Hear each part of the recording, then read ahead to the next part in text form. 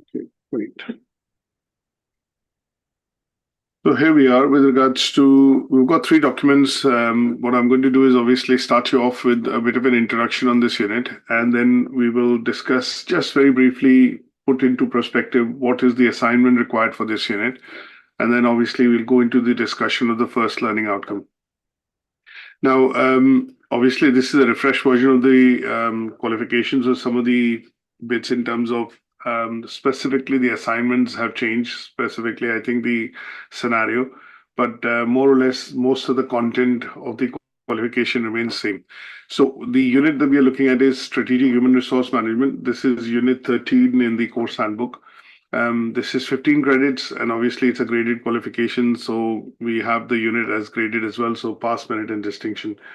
Now, in order to cover this unit, we'll have about 5 lectures. These 5 lectures will cover each individual learning outcome in individual lectures, and the 5th lecture that we'll do is basically a discussion on the assignment discussion session. So what we normally do in that session is debrief you on what the assignment is, how to gather the evidence, and obviously what grade that you're trying to achieve should the evidence that you produce should be commensurate to the grade that you're trying to produce, and how do you attempt all the assessment criteria as required. Now, when I look at the unit in particular, which is HRM, there are lots and lots of details available for this particular unit, keeping in mind it is a very old subject area. And as we have progressed with regards to, having a bit more understanding on this subject area over the years, decades, and centuries, the discipline has evolved drastically. But in general, if I say HRM and if I say, just talk about the brief about what is human resource management. Human resource management in a very layman's term would be looking at the practice of managing companies' employees or contractors or staff, whichever way we put it across in different geographies. So in the UK, we'll probably say employees. In the Asian geography, it will be staff. And there could be a combination of supply staff, contractors, consultants who work within the organization.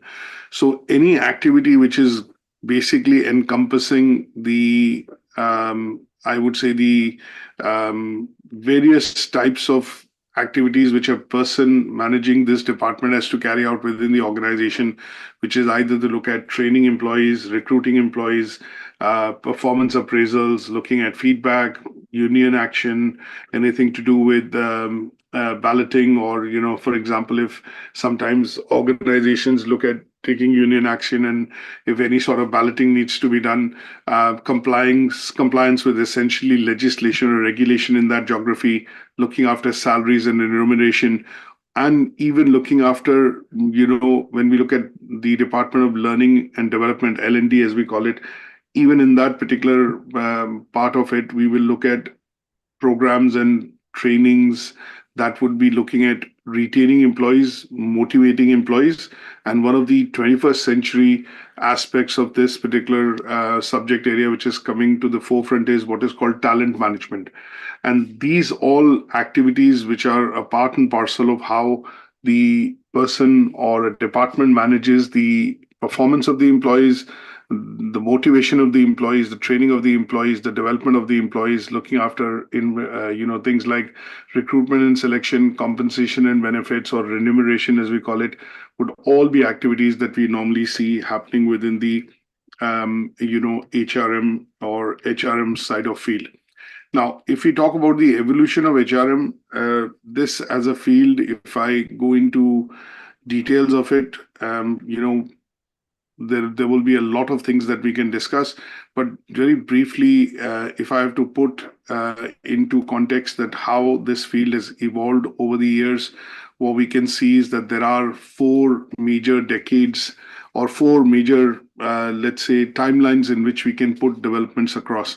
And when we look at this, I have put together a bit of a brief slide just to look at, showing that on the PowerPoint presentation, which is basically how we look at the evolution of HR in particular or HRM as a discipline in particular, and that would be useful for us to put into context of why this field is becoming increasingly important in today's modern day organizations.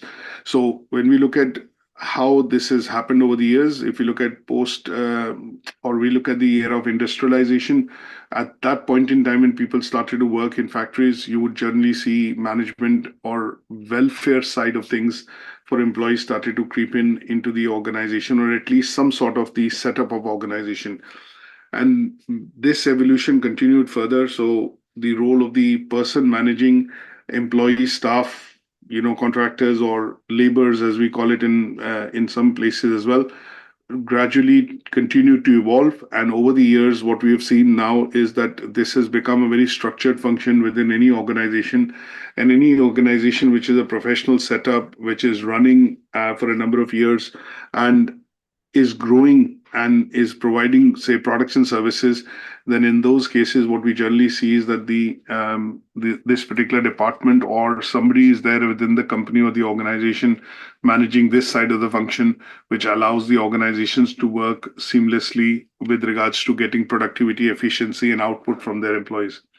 Now, in terms of how we look at studying this particular unit, we'll be looking at the learning outcomes and, obviously try and focus in on what content has been asked to be covered specifically from a point of view of studying strategic nature of HRM. So there is an important aspect that we also look at is, when we say what is strategic in the nature of HRM, and in general, if we look at the definition of strategic, it gives us a bit of a clue that when we talk about strategy, we talk about long-term planning, we talk about overall aims, objectives, which are set by the management. So this aspect of strategy also slowly and gradually creeped into the HRM part, because over the years and decades that we've seen within organizations, marketing, sales, business development tends to be the department which dominates most of the operational aspects of the organization. And if we have a clear route in terms of seeing how the organizations are normally led, you would normally see people coming in from these departments and they take up senior management positions at some point in time within the organization, like a CEO or a CEO and things like that. But over the years, as organizations and businesses have transformed boundaries, globalization has crept in. And if companies have geographical operations, then there have been specialized functions which have got created within departments. And that is what we'll also look at when we talk about HRM in particular, because structure and culture of organization also to a certain extent then depicts and dictates what kind of culture and structure can be best seen working within the organization with the resources and employees and these products and services which the organization provides.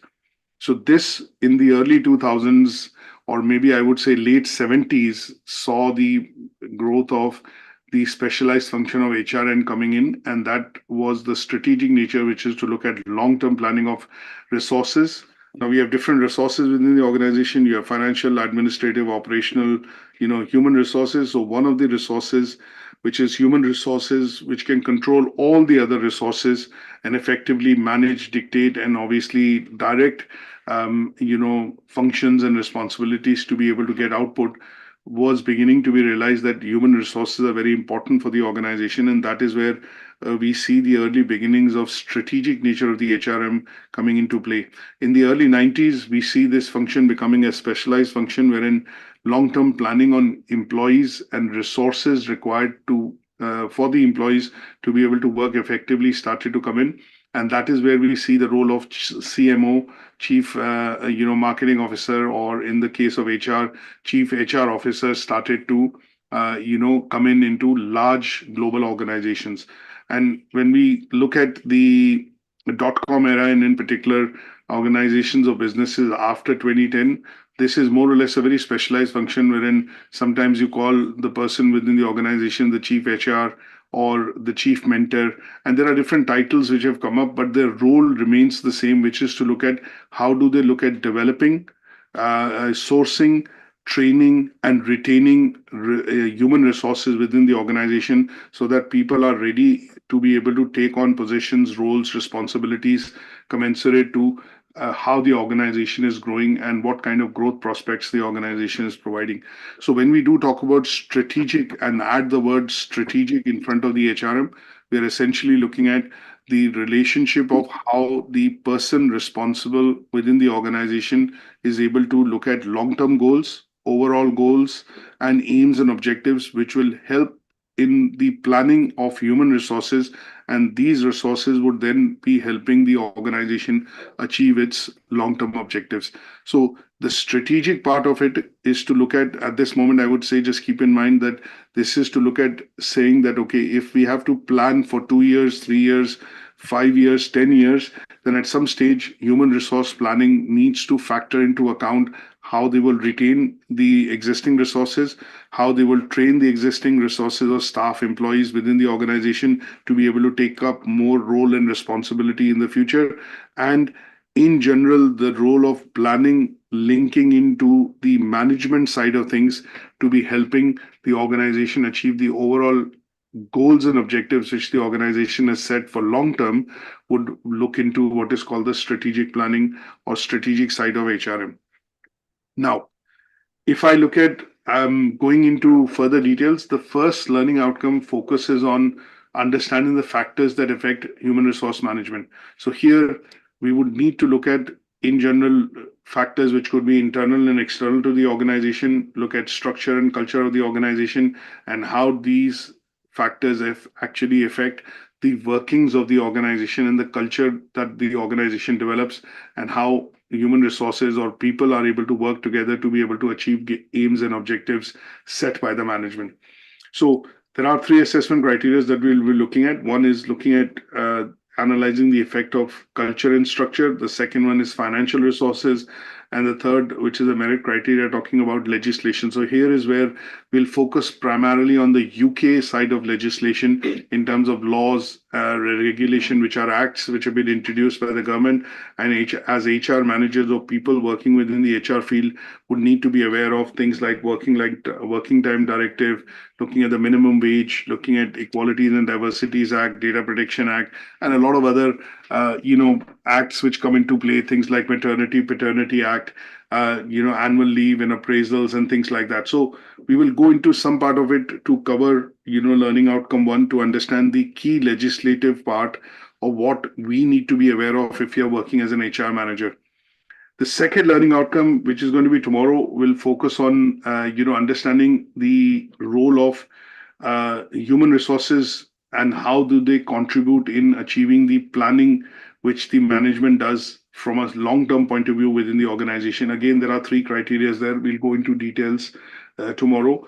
The third one, again, is understand, which is looking at how do you prepare strategies. So this is slightly going to be advanced to the first learning outcomes, because here it is going to focus on developing and preparing strategies for, as a human resource manager, to look at how do you look at creating plans and how do you put those plans into action. So focus would be primarily on understanding what kind of strategies HR department produces. It could be a training strategy. If the organization, for example, is deploying a new platform, it could be a CRM platform, and it could be a training strategy, which would be required to get the buy-in and obviously, let's say, the acceptability to the change which is required in the organization, which will hopefully make the employees more productive. It could be things which would be required in terms of looking at remuneration strategy, benchmarking your strategy or the internal pay, systems with competition, and looking at moving in line with how the market is moving. That could be one of the areas. And then in general, sometimes we get to see, CPD or career progression development plans, which all employees are required to maintain. So L&D part of the strategy could also be something which HR typically, plans on an annual basis every year. And those are the bits that we'll look at here. The fourth learning outcome will focus on developing a human resource strategy for the organization. So here the idea would be to take up an organization and actually put into practice what we've learned in learning outcome 1, 2, and 3. So the first one, to understand culture structure. The second one, to understand resources required to put that in place. And the third one, to look at understanding what kind of strategies can be put in place by somebody who's working within the HR. And in the fourth learning outcome, we are actually putting it into a bit of practice. It should have been actually be able to, but it says can develop. So be able to and can develop, pretty much I would interpret it the same way. So here the idea would be to look at an organization that you're familiar with, comfortable with, and then look at developing a strategy for a named organization. That means how would you create an HR plan or an annual plan for an organization? How would you, and what things would you include and propose in that plan, so that at some point in time, as an HR person, you would need to get a buy-in from the management or somebody who's an executive sponsor of that strategy within the organization. And that would require financial resources, time, for example, and in some cases, even external inputs. So in such cases, the plan would need to be approved, and what is required to synchronize that plan with the objectives of the organization would be a part and parcel of that. And then sometimes we look at barriers, which basically can be hurdles that we face in terms of implementation of some of these plans. We look at how do you overcome these potential barriers, which could be things like staff not being aligned to accepting a change, or in some cases, budget or finances becoming a constraint, or you plan for something, but obviously they bloat up, and to a certain extent, if they are not manageable, they can become a constraint as far as the planning is concerned, or implementation of that plan is concerned. And in some cases, if you have a high staff turnover within the organization, or if people are not happy to accept that change, they could become potential barriers. Change of leadership, change of management style, if it happens within the organization, can also be one of the potential barriers. So we look at various aspects of it in terms of how we will develop a plan and put it into action, and that would be something which is in learning outcome 4. Now, there's a fair bit of content which has to be covered in the learning outcomes. So the presentations are going to be quite detailed. These are newer versions of the presentation that you're going to see, and obviously we'll go through them. So what I've done in the presentations is that the key parts that we need to hit in terms of covering the learning outcomes will be the main slides. And towards the end of the presentations, what you'll see is backup slides. So bits and pieces which we feel need to be understood because they are a part and part of learning outcomes would be covered within that context. Now, one of the things which I do see with ATHE in particular is that some part of the planning that they do in terms of writing the units is great, but some part of it primarily just strays away from the subject or the topic area. So if I look at it, talks about analyzing the effect of structure and culture. Some of the points that we need to cover would relate here. That is 1.2. This is 1M1. But these two typically then are additional points which might not be directly related to the assessment criteria. And that is what you need to be careful about when you do your assignments. So how much to write, how much is too much to write. In those cases, what you would need to do is basically kind of filter out some of the content which is given in the indicative content and then bring them into your assignment. So you might want to not bring them in your assignment because they might not be related to the criteria that you're trying to hit. And that is one of the reasons why I've also put the assignment brief in front of you today to put it into a bit of a context that when we do look at, at some stage later down the line, that you have to get into doing the assignment, then there is a scenario which is given. So for most of us on the program, I know Asad, Ali, Rahat, and I think Mishal, most of the people on this program have plus 15, 20 years of experience. You might be able to use your own organization, anonymized, or an organization that you're aware of in terms of your previous working, and that could be used as an organization in the context of doing the assignment. But in the case of the assignment brief, there's a fictitious organization called Easy Clean PLC, which has been put into context for giving you a bit of a background. And with that background in mind, what you have to look at is attempt all these tasks. Tasks in the assignment brief are labeled, and let's put it this way, provided in a way wherein you address first the past criterias, and then the extension activities typically tend to hit the merit criteria which are given in each of the learning outcomes. So in this particular assignment brief, you would have 3 tasks because there are 4 learning outcomes, and some of the tasks are combining some of the assessment criteria and learning outcome because they tend to flow together and they tend to work better together. But what you have to keep in mind is when you go into the assignment and when you start looking at grades and the grade that you want to achieve, it'll be important for you to label them accurately. So when you look at the bullet points here, they are related to 1.1 and 1.2. And when I go into the the extension activities, the 1M1 is primarily the merit task which is given here. Now, these tasks, when they are labeled, they are very clearly meeting and matching, the unit specification which is given in the assignment brief. And the reason I say this is that there are no difference in terms of how they are worded, simply because they cannot be changed and they are helping you to hit a particular assessment criteria. So if I look at the task sheet here, which is the unit specification, it says analyze the effects of organization and culture, exactly the same words which is given here. So when you look at structuring and, obviously doing the assignment, it'll be good if you can label them accordingly. So don't go by the bullet points. They are basically given here that, okay, these are the assessment criteria which this task is hitting. So if you see assess the importance is predominantly the same wordings here.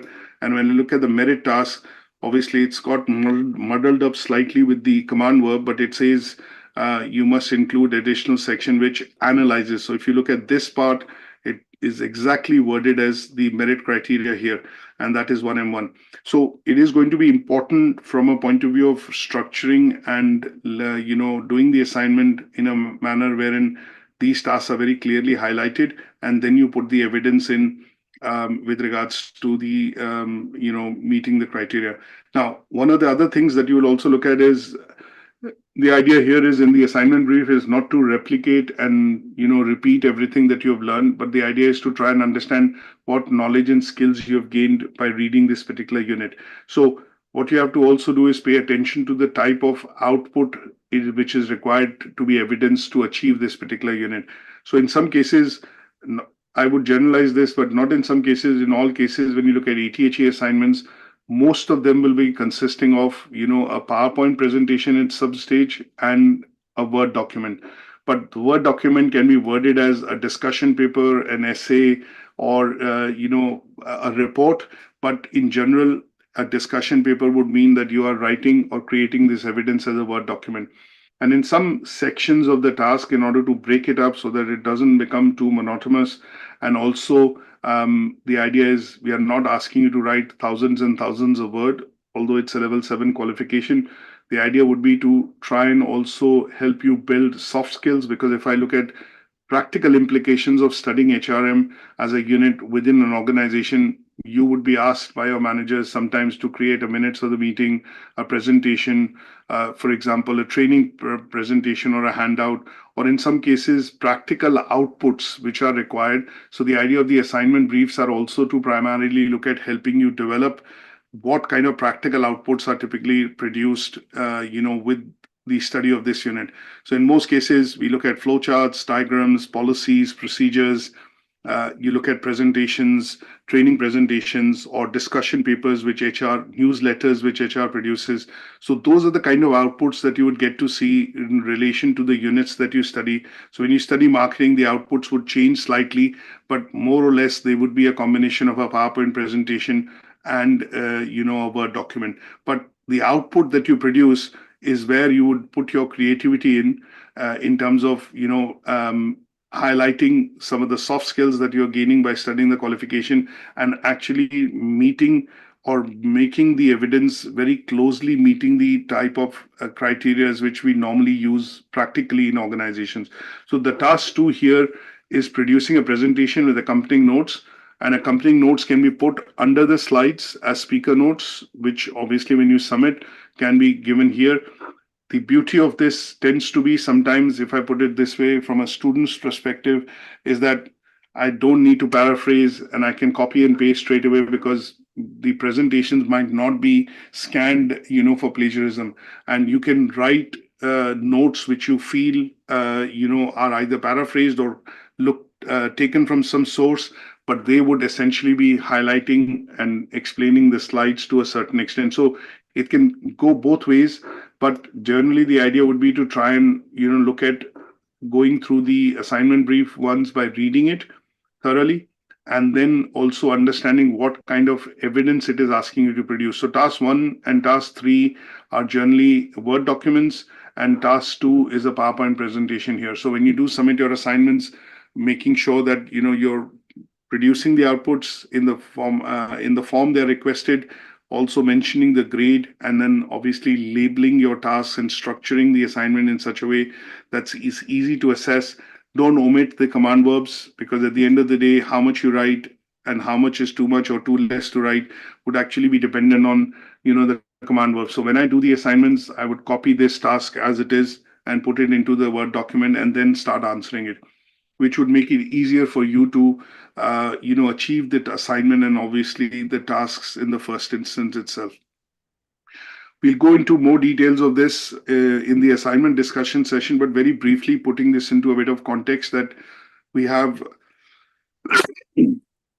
we have 4 learning outcomes, and there are 3 tasks in the assignment brief, which will be a combination of a Word document and a PowerPoint presentation. Now, that gives you a bit of a bird's eye view of what we are looking at in this particular unit and how we're going to be looking at covering this particular unit. Before I start, obviously, the first session wherein we want to go into the discussions of learning outcome 1, I just want to make sure that you're able to hear me clearly, you're able to see the screen, and if there are any questions in general that we want to discuss about the unit, and anything that I've said today, we can do that now before we get into the presentation part of it. Any questions from anybody? All good from my side. Okay, thanks, Ali. Any questions at your end, Asad? No, it's okay. And I'm really interested in learning this course, because the way you have told us the learning outcomes and about the UK regulation, I'm really interested to know about that. That's great. Thank you. And any questions at your end, Jay? The only question I would have is from the reading materials that are on the portal. If you could provide a recommendation of which ones are pertinent to this unit at some stage, that'd be really useful. That's perfectly okay. And I think what I will look at is we will be looking at Moodle itself, because I think some of you have access to the resources on this, which will need a bit of an update. So what I'm going to do is, after the session, there will be a bit of a quick view that I will give you in terms of how and what resources typically would be available for this unit. So in general, when we look at any of the units that you're going to study with us, what you're generally going to see in the units is that there are going to be assignment briefs, unit specification, there are going to be some articles, handouts, and some books. Obviously, a lot of them are available predominantly from a point of view of, let's say, recommended books, which are part and parcel of the ATHE, guides and resources which we get. But what I will also do at the end of the session is give you some guidance in terms of what could be the resources that you directly access when we do talk about, studying this unit in a bit more detail. So to a certain extent, it will basically mean that you would need to look at some concentrated studies. And what I would normally do is, under the learning outcomes, I'm going to put either some articles or case studies, which will be more concentrated to each of the learning outcomes that you're going to study. And they would become, I would say, a bare minimum that you would need to look at. Obviously, there are textbooks which are prescribed, and there are loads of them in HR. My suggestion would be to primarily look at, the books which, or chapters within the books, let me put it this way, which will be more focused and meeting the indicative content rather than reading the academic books in full. Now, just very briefly, one quick bit which I want to look at here is, which I think I would want to go into right now. A lot of you have access to Moodle, but what I want to do is show you the Moodle and check with you in terms of what access do you have and which part of the Moodle access do you have. So this is the newer version that we have, which is more visual. So I'm not too sure if you have access to this, or do you have access to the old one?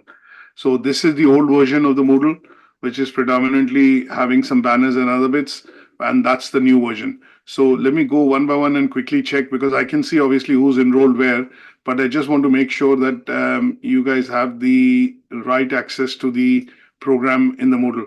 So in this one, obviously we are looking at the units, and obviously all the content is the same, but the presentations on this particular part would get revised, and obviously newer recordings would come on this particular topic. So who has access to this particular module? Jay, you have it. Asad, I have to. you'll have to check. Okay, and Ali, any idea? Yes, I have access for this. All right, okay. So I can double check and obviously look from here as well. So I've got, say, for example, Ali, you are here, Asad is here, Jay is also here. Okay, that's great. Now, what we're going to do is, as you continue studying this particular unit, what will also happen is, we don't want any confusion at your end, but what I will do is I will restructure some part of this, and that would mean that you have most of the material available here. We have some students who have joined recently, and they have been moved on to the new version of the Moodle simply because the idea of differentiation is to happen wherein they are studying entirely the new qualification. So in the newer version, you normally have some common documents which are available here. And if I collapse that, there are lots of units in the new one, and sometimes learners pick up different units to be able to study. So obviously all the units are populated. But when I look at the strategic HRM unit, they will have basic bits like the unit specification and the assignment brief, which is there exactly as it is in the old one as well. And then you have 3 different books which are prescribed by ATHE, and these 3 different books that we made available are the ones that we feel cover, most of the content which ATHE is covering in this unit in a great amount of detail. Now, these are typical academic books that you would normally refer. These books are quite detailed, 600-700 pages long, but the idea here would be to read only certain chapters which are directly related to, I would say, the content that we are going to study. Obviously, if you're wanting to do a bit of deeper study, my suggestion would be there would be good bedside reading over the weekend. But generally, what I would do is I will tell you which chapters to look at, because they would be directly related to some of the indicative content in the unit. Then apart from that, there are some templates that we provided, which will be useful when you start doing the assignment, and also when we do the coverage of some of the learning outcomes. So develop an HRM plan is directly related to learning outcome 4. It is not opening up at the moment, but we'll upload it again. And then there's a guide to UK employment. This is something which I had done with my supervisor, Tim Russell, when I did my PGC. I think it's a bit old, but I had provided this guide here because this covers everything in relation to UK employment law and in a great amount of detail. There are some version changes which have happened in terms of the implementation and interpretation of the law. But if you are interested in going into details, and obviously when you look at it for the point of view of your assignments, some part of my presentations will also have material from here, because this is a comprehensive compilation I did somewhere in 2015, 2016. So bits and pieces have remained the same, but there are updates to like the data protection law. It has added the GDPR component to it, and bits and pieces in terms of working time directive. And because we have left the EU, there are some changes which are related to 1 or 2 laws, which I've updated in the presentation. Apart from that, I think you would generally find presentations. Now, the new ones that you're going to see uploaded after the lecture will typically be saying 2024, because they are the most up-to-date presentations, and obviously they would essentially have newer content in it, and obviously newer versions of the slides, which I think would be reflective of how the unit content is changed while you're studying this presentation. And also what you're going to see is that the lecture recordings would change. So in some cases under the LO1, you're going to see some handouts which will come in, case studies which will come in, and they are, because it's very difficult sometimes to cover everything in the first lecture or in all the lectures. So there is some additional reading that I normally end up provide, and there would be handouts coming up under the learning outcomes in terms of presentation. Some learning outcomes might not have it because we've been able to cover that in detail in the presentation itself, but there will be some wherein it will give you some additional guidance and obviously documents from CIPD, which is going to be quite useful for you to understand UK legislation and laws in relation to employee relations in particular. So there will be some handouts and other bits that you will get to see, and they would be a part and parcel of what you generally would get from Moodle. But again, because this is a very vast field, there is lots of reading that you can do, depends on your interest. And my suggestion would be to tailor it to meet some of the requirements that you have related to the course. Because let's face it, I'm not doing a PhD on HRM. So the idea here is to get a good grade like distinction or a merit on the unit. And we have enough material for you to be able to do so without having to go elsewhere looking for it, because I don't think there is any dearth of resources available today with us or on the internet, but you ought to find the right ones to be able to tailor them to meet the unit requirements.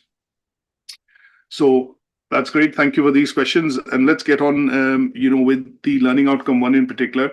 Now, the aim of this unit, which is very important, and that's why I put it across on the first slide in the first learning outcome, again, relates to the fact that it's a very vast field. So the aim here is to get an overview of the field of human resources management.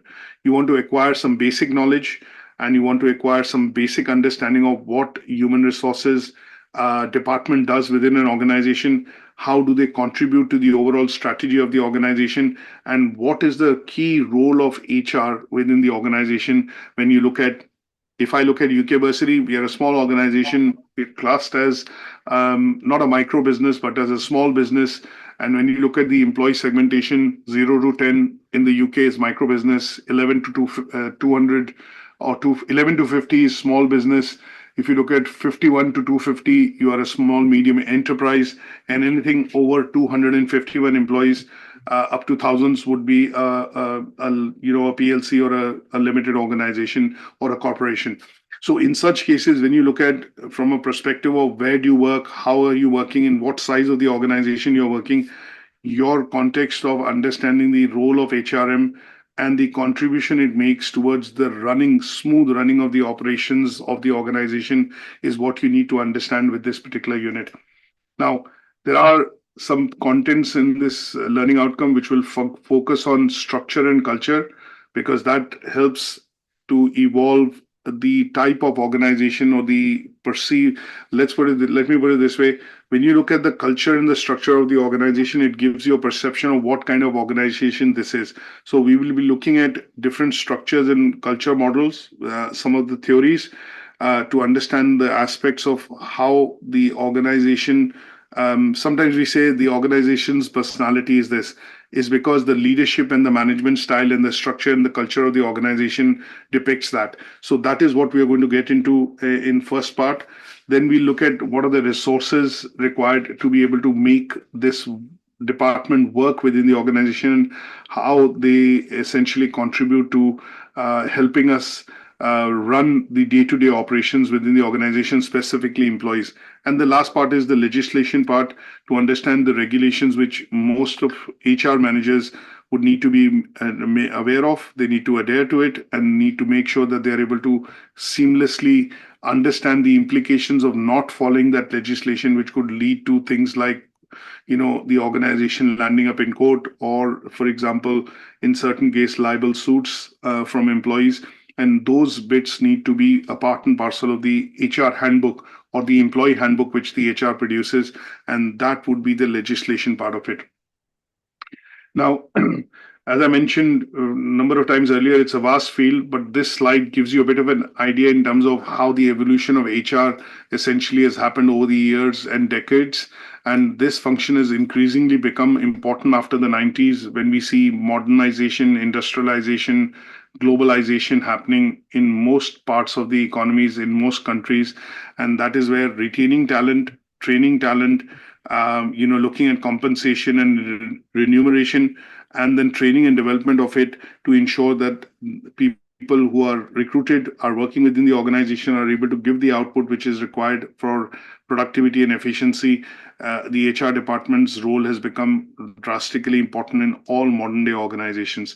And these are the eras in which we see how these developments have changed. So if I look at wearing the HR manager's hat, I would have been called the welfare officer in the 1890s or very early part of the 19th century.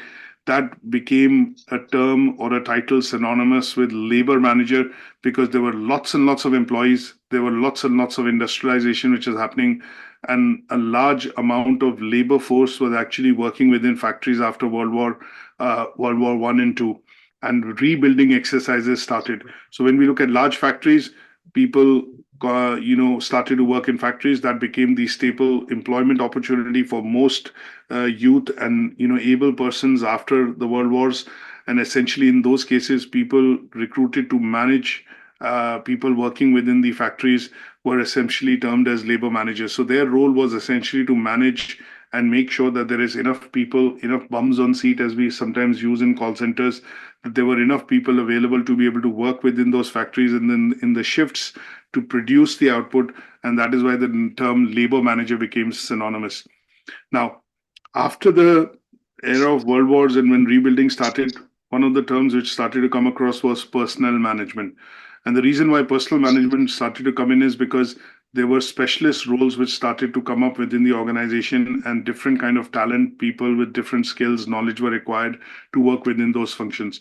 So the term personal management came in because it required people to be managed, and in some cases management of expectation, because if people were doing well, they wanted more incentive. If they were not doing so well, there was motivation provided in terms of carrot and stick approach, various policies, and that is where the concept of managing it came about. And that's the reason why word management got added to this particular subject area. And then we see the evolution of HR, or what we see currently in modern day organizations, coming across in the 80s and 90s, because that is where most of the structures, department structure, part of things became consistent within organizations, and specifically within organizations which had multiple operations or across geographies, have different setups and things like that. In those places, the requirement for human resources management started to come in, because if I look at Unilever, for example, or if I look at certain airline industries, or if we look at certain such industries wherein the expansion started to happen. So if I look at Japanese companies in the 80s, they had most of the manufacturing operations in Japan, but they started to move to China or other geographies to be able to, start exporting their products and services. And in such cases, what the people required to work in HR were required to do is understand the local regulation and employ local labor force, and ensure that they understand the culture and the way how things would work within that geography. So car manufacturers are a good example to look at that era. And when Toyota, for example, started to set up factories, or Nissan started to set up factories, they needed to understand and localize their production and the operation side of things within various countries that they were present in. In such cases, the department started to take shape, and that is where we see HRM becoming more or less a very important function within organization. And then when we go into the late 90s and early 2000s and onwards, there are lots of different definitions of how HR is contributing to the growth of organizations. So human capital is one such term. We look at business partners, we look at people management or talent management, essentially, when we talk about this. And there are various ways in which we can talk about this evolution, because depending on the sector that we do discuss, the evolution of HR can be mapped in that particular sector depending on how the developments are happening within that sector. But in general, when we look at remuneration, HR managers are drawing the same amount of remuneration as the CMOs or other people in other sectors in the organization, things like finance. You look at business development, sales, and marketing. And because it's become an important function, wherein if you look at a situation where an employee has, an organization has an high amount of turnover, that would, how seriously that would affect the productivity and growth within that organization for that year. Because if a number of staff come, they leave, then the HR department needs to get into some sort of an analysis and introspection to see what is causing this high staff turnover and why is it that they're having to spend money time and again in training and development, and that money is going waste because the staff end up leaving the organization, and that means they have to start from scratch again. And this is a pertinent example that we look at within the tourism industry when we talk about business, HR being managed as business partners. So there are lots of external agencies which work with the internal department to help in recruitment, training, and development of the employees, because as a sector, tourism, hospitality, and management sector, THM as we call it, spends the highest amount of money in terms of training employees. The average, as per the report which was published in 2019, was that an average organization like a hotel or an airline industry spends to the tune of £3,700 every year in terms of training and development, on an employee within that organization. So the employee is able to work more effectively and more productively, and the employee's output is synchronized with the output and the objectives, what the management wants the organization to achieve. So if you imagine an employee leaving the organization and the amount of expense that organization is doing in terms of training becomes a large amount of expense, and that is where the HR part of it is also then treated as a business side of things, is how much do I spend on employees, how much do I spend on training and development, and how much of it is actually contributing to the turnover or revenue or bottom line of the organization. So this is a bird's eye view of how you see evolution of HR. This is from a role of HR in particular and how the titles have changed and how their roles have evolved over the years. But there could be, as I said, depending on the sector that we discuss, we could contextualize and obviously look at the evolution of HRM within those organizations in a very different way. Now, just very briefly, before we look at going into more details, what I want to do is also look at focusing on what the learning outcome says. A learning outcome talks about understanding the factors affecting human resources and the management strategies in the organization. Now, what does this learning outcome talk about, and what is it that we are expected to understand from this? The two things that we look at is the two words that we want to focus on is what are the factors affecting and what are the management strategies. Rest is all that you need to fade away and, for a moment, just forget about it, because the word HRM, SHRM, and organization is something that we're going to use maybe thousands of times during our discussion. But if I remove the clutter and I look at focusing on the two words that we want to look at, one is factors and the second is strategies. And what is it that in strategies we want to concentrate on and look at? One is management, and what are the factors which affect how human resources, work with, or what are the factors which can affect the work which human resources does in the organization. So these are the two things that we want to focus on in this particular learning outcome.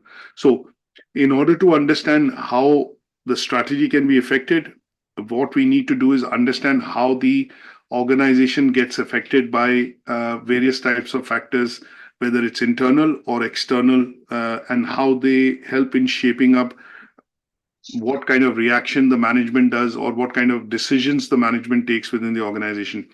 So in order to understand this, what I've done is a bird's eye view again. What are the internal factors that can affect the organization? Internal means these are factors only related to the organization. So if I have a staff turnover in the organization, that means a lot of people are leaving. That is a factor which is only affecting my organization. It is not affecting the competition or other organizations.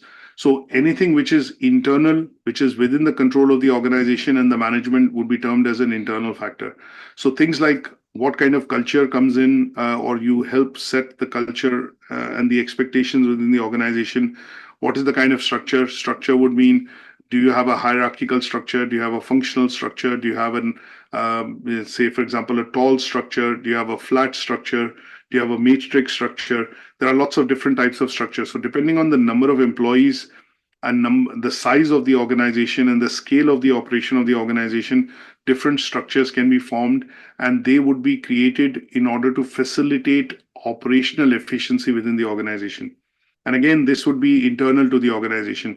So if I talk about a company like Tesco, it'll have a combination of a lot of structures. If I look at the head office, it'll have a hierarchical structure. If I look at geographical operations of Tesco within 14 countries, that structure would be a combination of hierarchical, functional, and a matrix structure. Because I might be a merchandiser or a buyer based in Turkey, but I might be procuring products which are shipped from Turkey in terms of their suppliers into Europe and into UK as well. So I might be physically and administratively reporting to a business head within the geography, which is the geographical operations in Turkey or where the head office is based, but I might be functionally reporting into the head buyer or somebody who's the head, of the purchase department, and that would be primarily in the UK. So there could be different types of structures depending on the size and scale of the operation or of the organization, and that is what again is internal. Leadership and management style. And we look at lots of different leadership styles. Leadership styles predominantly are classified as 4 or 5 types: democratic, autocratic, participative, laissez-faire.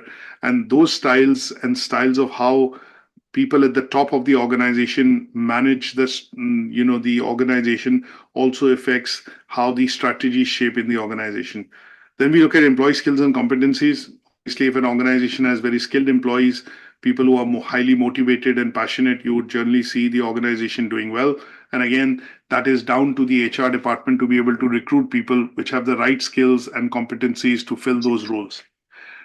One of the important resources that is required to manage everything is financial resources. So you could have an excellent plan or an excellent strategy in HR, but at the end of the day, that plan might not work or might not create any impact because of the fact that there are no resources, which is budgeting being allocated to the department for training, for development, for say looking at remuneration or giving bonuses, incentive schemes which HR creates. So in such cases, these factors can also be affecting the organization, can create a detriment in terms of not having the right output and productivity from the employees. External factors would typically be, factors which can affect not just your organization, but any organization working within that sector. So these are factors which are beyond the direct control of the organization. So economic environment, if the pound versus exchange rate of pound versus dollar or euro changes, depreciates or appreciates, it'll have an effect, positive and negative, for all organizations. So this is not something that you can control. If there is a war which started in Ukraine, now in say Israel and Palestine and other regions of the world, it has an effect on all sorts of businesses working and all sorts of organizations working everywhere in the world. So these are factors which are beyond the control of the organization directly. So you have economic factors, you have legal and regulatory framework. UK government increased the minimum wage to 11.55 or 11.40 this year for anybody who's over the age of 22 or 21. And in such cases, that's a legal change. That means the minimum wage which a person gets when they work within the organization has to be £11.40 if you're over the age of 21. And that's a legal requirement which the organizations have to follow. So whether you're an organization in the services sector, financial sector, operation sector, engineering sector, any other sector, you would still need to adhere to those guidelines. Again, it's an external factor. So these are regulatory or legal changes that you need to be aware of. Then obviously how the output of the organization and where the organization goes in terms of growth can also be dependent on external factors like technological development. And technological development can be various and very varied in different types. We'll get into details of it a bit later. Social and demographic changes, and again, looking at competitive environment. So if your competition starts to offer something, you would need to react, and that could be an important part of it, because you would need to look at, say, for example, meeting those requirements in order to, obviously maintain growth, revenue, and obviously turnover of the organization, or in some cases, the viability of the business. So in some cases, what you have to do is you have to look at these external factors which can affect how human resources, act. So the example of technological, social, and competitive environment could be a lot of companies today have lots of different policies on HR.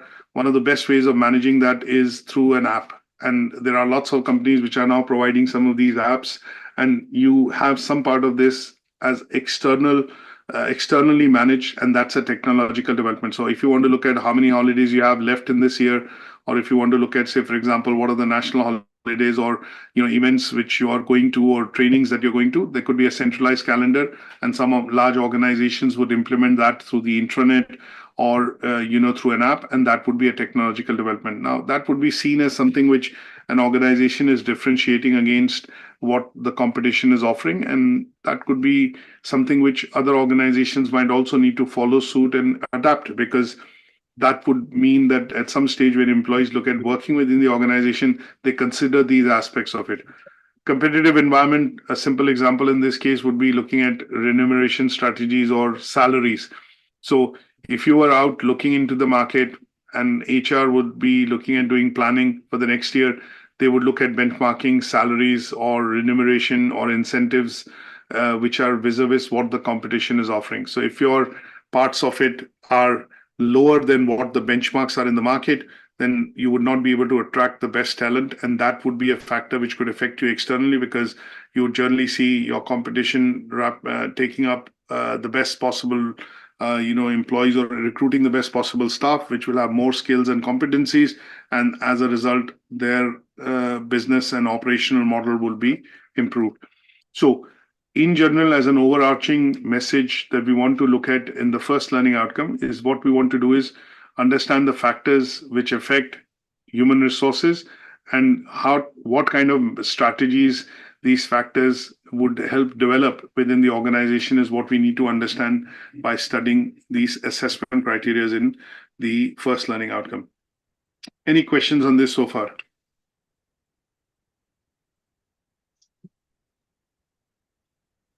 No, I think it's right now it's self-explanatory, and it's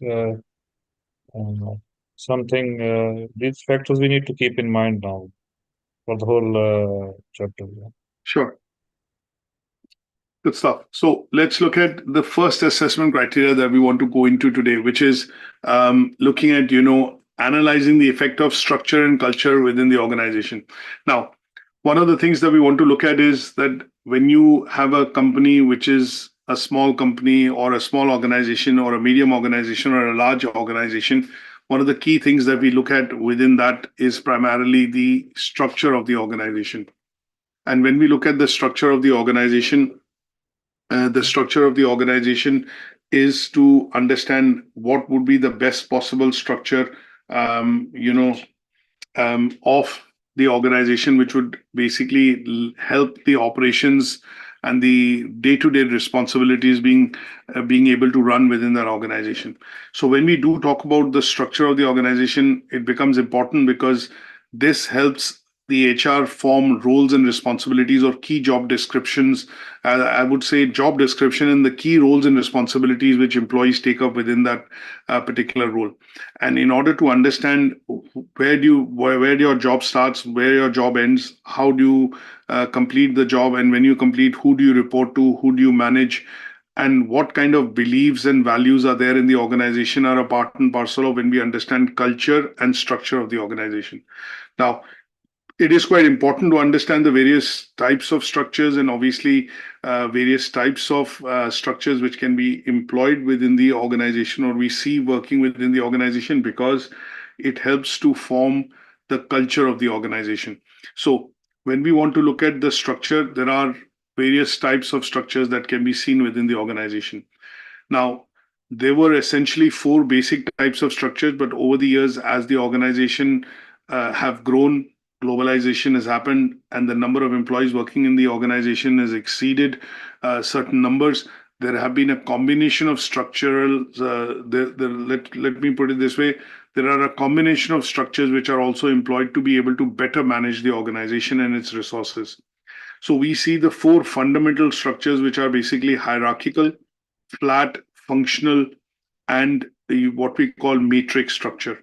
But then over the years, because as I mentioned, the organization, if I look at Microsoft, or if I look at some of the large US organizations like Apple, Microsoft, Facebook, they have operations in over in more than, say, 90 countries. They have over 300,000 employees. Some of the employees are based in the head office, and obviously what they've done in order to better manage the operations of the organization, they have also created what is called a geographical structure.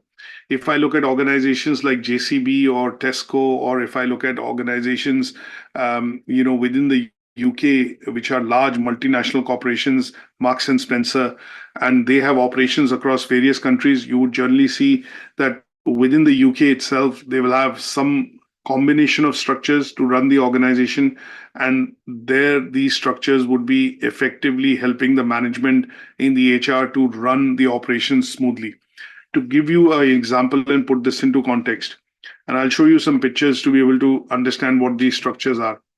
So when I talk about Marks and Spencer, for example, at the head office, the structure could be hierarchical. You have a CEO, you have a CMO, you have various heads of department, marketing head, sales head, business development head, stores operations head, financial head, HR head, things like that.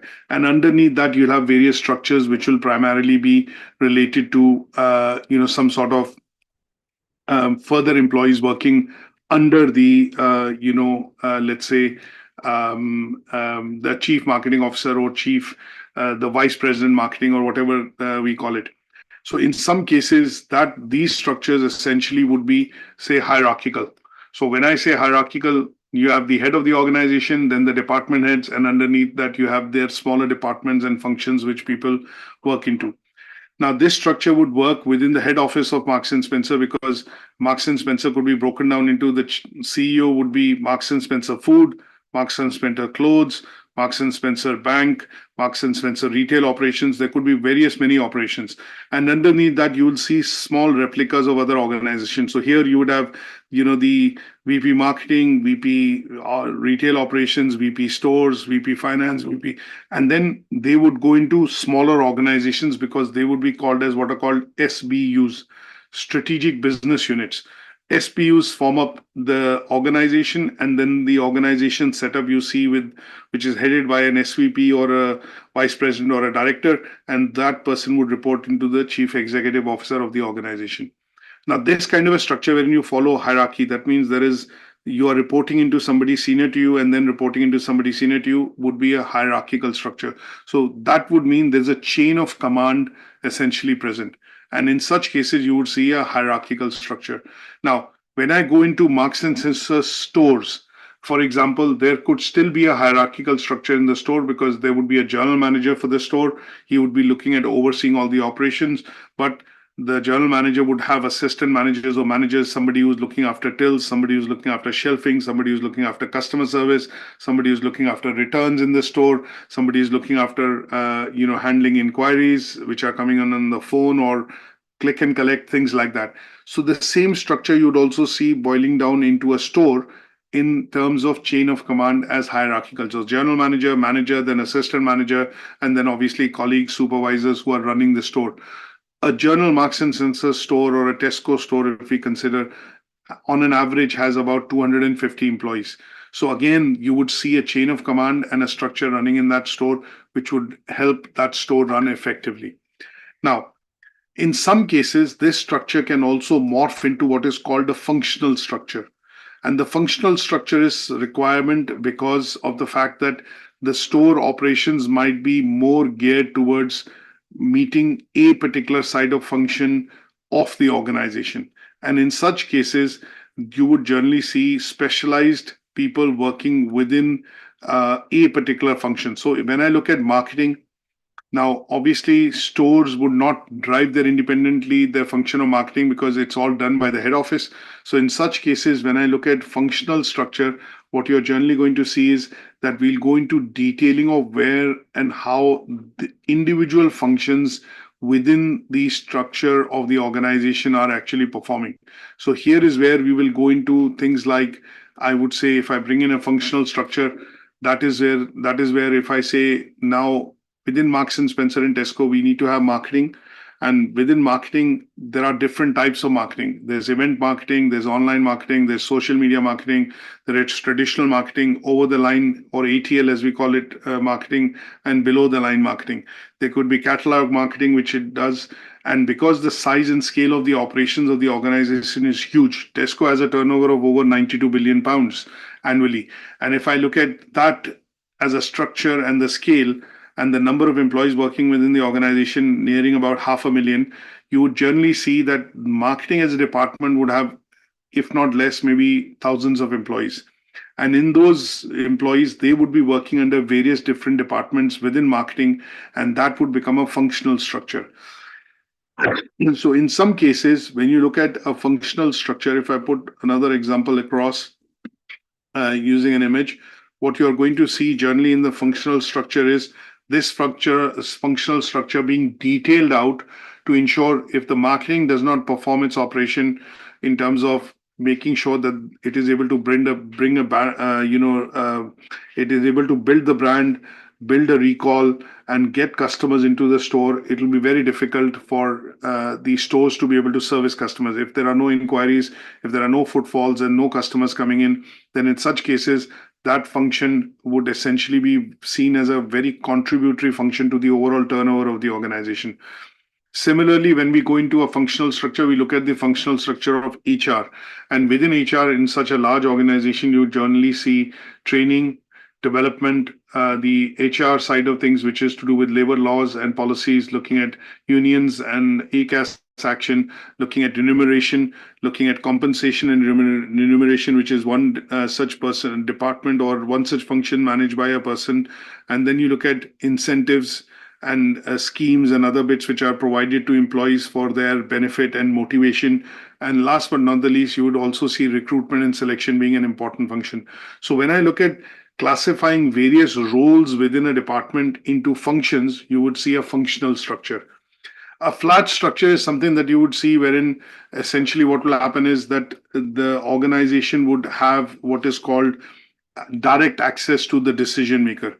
And this kind of a structure would mean that there are not many layers within the organization and its structure. So you have managers and managers reporting into the chief executive officer or the director of the organization. And because there are fewer layers or fewer levels in terms of middle management, employees would have direct access to the top management, and that would be a flat structure. This would generally be seen in smaller organizations or organizations which basically are distributed and are skill-based, or essentially in which the operations of the organizations involve flexible working practices like call centers, if you look at, or in some cases you look at services-based organizations which are internet businesses, e-commerce businesses. Then we go into morphing of some of the structures wherein you see a combination of structures happening: centralized, decentralized, product-based, project-based, matrix, and liquid. Now, these are various forms of structures which can be created and dismantled depending on the requirement and how the organization actually works. The most important and the most easiest to explain is, say, for example, a project-based structure. Now, imagine a situation that if you are the chief HR officer in the organization and the organization is implementing or bringing in a new CRM system into the organization, like a customer relationship management system, because the business of the organization has grown. And then that means that in order to better manage and serve its customers and everybody singing from the same songbook, they would need to have what is called a centralized system which would give access to information to all employees so that they are able to offer these facilities to their customers. Now, in such cases, the implementation of the CRM can be treated as a project. And that could be, the implementation, installation, and training and development of it would be various parts of it. And they would be a time-based activity which would happen. And in such cases, what the top person or management in the organization would do is say, okay, we need volunteers or champions from individual departments, which will own up this strategy and obviously help in the implementation of this in terms of training and development, deployment, and troubleshooting. And they will be the early adopters. They would come in and form a team that would become a project team. And they would be tasked with carrying out, implementing, debugging, training, and also hand-holding other employees, staff, colleagues within the organization. So they would need to be people who come in to do this specific job for a couple of weeks, months, till the structure and the implementation is fully complete. And this would mean that you're pooling in employees from different departments, from different functions of the organization. And this kind of a structure, which is created for a time bound, for a specific objective, would be a project-based structure. Now, this would get dismantled. And after the activity is complete, you'll go back and do your normal functions. Another example that you can add would be a product-based or a project-based function would be like, we know that sometimes when large product launches happen by different companies, case in point example, Apple, they would pool in people coming in from different departments, engineering, marketing, customer services, software development, product development and things like that. And they would be a part and parcel of carrying out that particular activity of doing the product launch. But once that activity is finished, they will go back and do their normal functions and, essentially get back to doing their routine jobs. But in such cases, when you have these kind of structures being formed, you would generally see that these are structures which are formed for specific objectives and to complete certain time-based activities. And once they have completed, they'll get dismantled and they'll go back. So in general, the structure of the organization is kept in mind by let's say the management and by HR to ensure that they have the most effective strategy in terms of making things work, so that if they know that this structure is deployed, this is the process where, or this is the level at which the decision making happens, these are the number of employees within that setup, and they are expected to accomplish this particular job or this particular function. So when we do talk about in general structure, within organization, we are looking at deploying resources from an HR perspective, in a most effective and productive way, which would allow the organization to be able to achieve the objectives. So when we look at a structure and a system which gets formed within the organization, it is to organize people. Why is there a structure required? Why do you say that I'm from HR or I'm from marketing or I'm from business development? Because what we want to do is organize the functions of the company. We want to make sure that people understand that they are working in this particular department. They are able to understand their roles and their definition of their roles, and they have those skills and competencies to be able to perform in that role. So as a HR person, depending on the size and the scale of the operation of the organization and what factors can affect internally or externally the organization, we, or when I say we, I mean the HR proposes or helps form a structure which would be reflective of the organization, its employees, and the functions and the products and services it provides to the customers. And this would make the organization more productive, more efficient, and put the organization into a path wherein it is growing year on year and obviously, creating happy customers. Now, if we understand the role of the structure of the organization, and if we put this into a real world example, looking at Tesco, a large retailing organization, a practical example would be that it has a combination of structures because no one structure fits that, strategy. And in such cases, if I look at Tesco as an organization, it has a combination of hierarchical and functional structure throughout its organization. Now, in stores, it follows what is called a decentralized structure. So individual store managers have the autonomy or the decision-making powers to be able to, look at how they serve customers locally in the market. Now, sometimes you see there are manager markdowns. If you go to buy a car, for example, a large dealership, you would normally have that dealership and there will be a general manager or a director there, which is the store manager. And that person would have a certain amount of leniency to say, okay, if I'm to drive sales in the organization and meet my targets and help my staff meet the targets, there would be certain markdowns which the manager would do. So there will be these are kind of strategies which would allow these stores to prosper, to deliver on targets, and to meet the objectives of the organization, because there's a bit of autonomy and decision making which is happening at the local level. So in such cases, when we look at large organizations and small organizations, structures would need to be formed which will have a very clear line of command. It will basically provide very clear instructions in terms of what functions have to be completed or what targets have to be met. And in some cases, you would also see decision-making power, which is going to be decentralized to allow decisions to be taken in respect to the local market or the customers, and that would allow the company to prosper. Now, if I look at going into details of how this would essentially affect HR strategies, local store managers would have the ability to do recruitment. It will not be driven from the head office. So if I think of now the functions of HR, you look at recruitment and selection, you look at training and development, you look at remuneration, you look at compensation, you look at, for example, things which are related to engagement and how to retain and motivate the employees. These are things which will be in the control and would be dictated by the local stores and the general managers within those stores. So they have that autonomy to be able to make that decision. So when we look at recruiting, it's the store which advertises and they are the ones which recruits. They have a final call on it.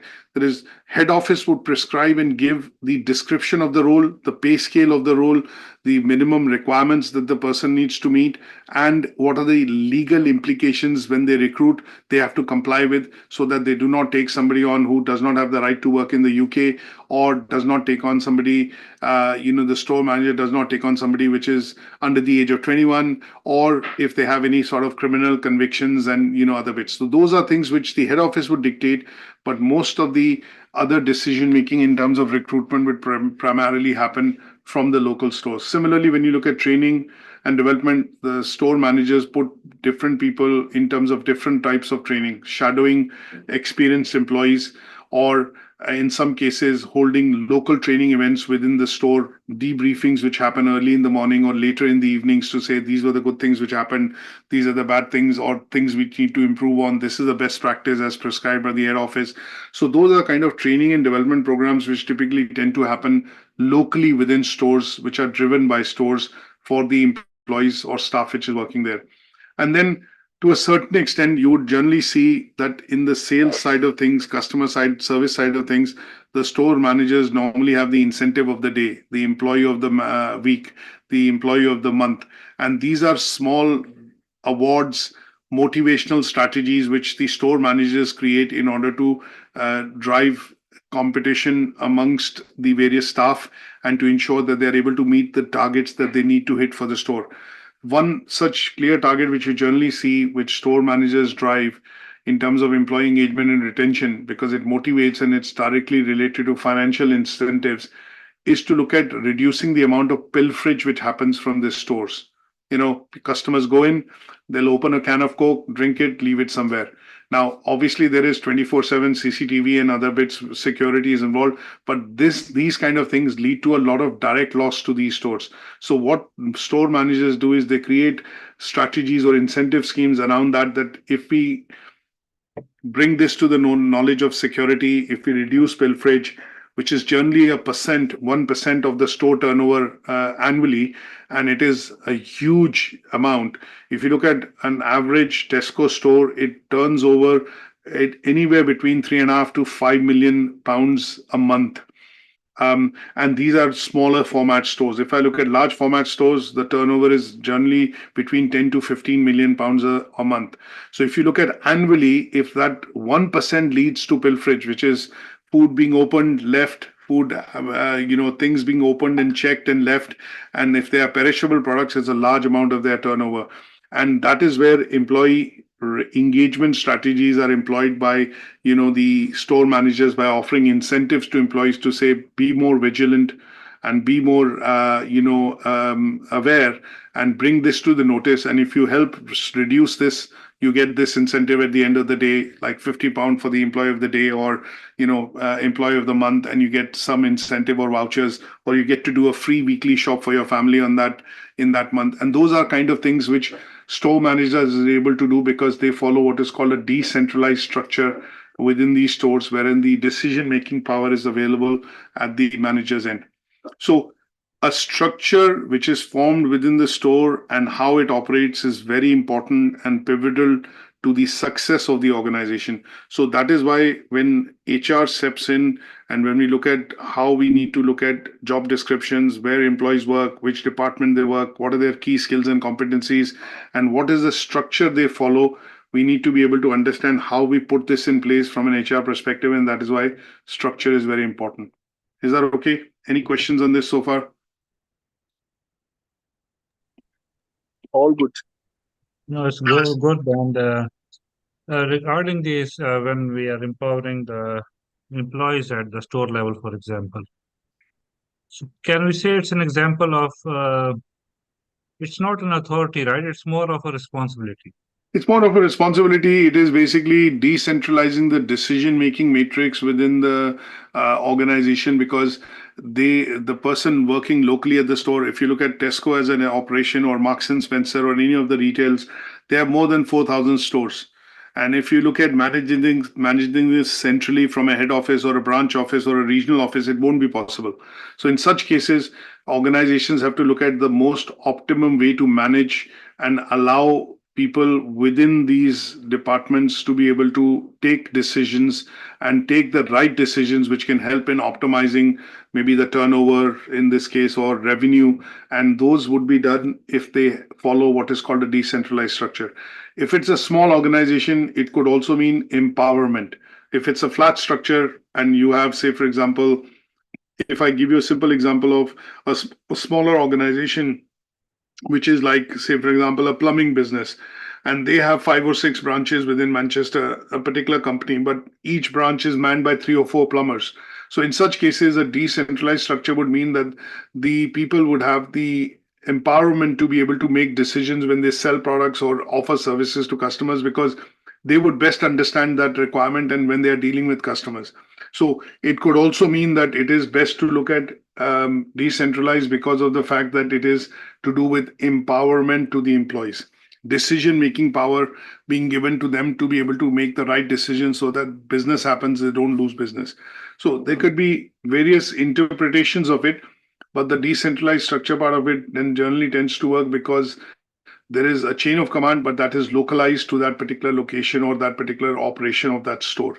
And that is why decentralized works rather than send it up to the head office, have a lot of bureaucracy and a lot of layers in the middle in terms of management, and sometimes decision making would be delayed. And if it even happens on time, it might not have the effect which it is required to have on the customer service. Is that okay? Yeah, that's okay. And then, for example, in my organization, there's something we have the authority metrics. These small decisions we can take at the lower level, upper level, middle level. That's correct. So in some cases, what you have to do is, that is where the review part of things come in. And when the structure is essentially, looked at, there are regional variations of that which are also created depending on the operations in that particular geography. So that is where the different types of structures have come about. So one structure might not be suitable in all the geographies, in all the places, and all sorts of branches or regional offices of the business. And that is why what we generally see is there are 4 types: hierarchical, flat, functional, and matrix. But the other types of structures have evolved because they are much more flexible and they allow most of these things to happen, within a particular setup and within a particular type of setup. Is that okay? Raman, a quick question on Yeah, go on. format of this. So the last section we looked at was obviously related to 1.1, and the example of Tesco is used to show how different organizational structures affects the HRM policies. If we were, when we come to writing this essay, Tesco is obviously a good one to use because it uses different types of organizational structures within the organization. So there's different examples there. So 2 questions really. Can we use Tesco's when we write the assignment? Can we pretty much lift it from this? Or if we were looking to use a different company as an example, are there any, would it be better to use a multinational company that has these different organizational structures within it? Or, is it better to use something that you're familiar to? Like, what's a good context to write this section within? See, I would suggest taking an organization which you feel has the ability to give you, the flexibility to cover the different structure types, because at the end of the day, the assessment criteria is asking you to look at talking about the effect of structure within the organization. You might take a small organization, but in that case, you might only be able to reflect on flat culture or hierarchical structure. But if you take a reasonable size organization, here the steer is to primarily say, when I've said Tesco, I've also said Marks and Spencer. You could also look at Zara. You could look at any of the retailers wherein all these type of structures would be present to, tailor it to the requirement when you do the assignment. This could be an automobile company. Again, they would have the same structures if we talk about Daimler Chrysler or Volkswagen or, Nissan or things like that. But the idea here is to choose a company wherein you have data available easily. And you should be able to, if I do a quick search on Google and I cite organizational structure of Tesco, you'll be able to get a chart and, you'll be able to get a diagram pretty much straight away. So choosing a popular and a household name kind of an organization would be preferable, simply because a lot of information and data would be available for you to be able to, put that into context when you're doing the assignment. That's great. Thank you. Good stuff. Now, let's look at the second assessment criteria, which talks about the importance of financial resources in creating a human resources strategy. Now, one of the things that we want to look at in this particular aspect is that you might have the best plan that you've created as an HR manager.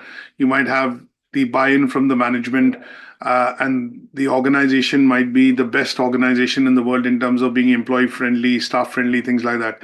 But at some stage, in order to put these strategies into place, which are HR strategies which are training, development, recruitment, compensation, remuneration, retaining talent, developing the employees within the organization. So in such cases, when you look at what you are going to see is that financial resources, which is the budgeting side of things, will become very important, because at the end of the year, when budgeting is done for any organization, there's a marketing budget set, there's a training budget set, there's a recruitment or selection budget set in terms of how many employees would be increased this year or headcount would be increased this year in the organization.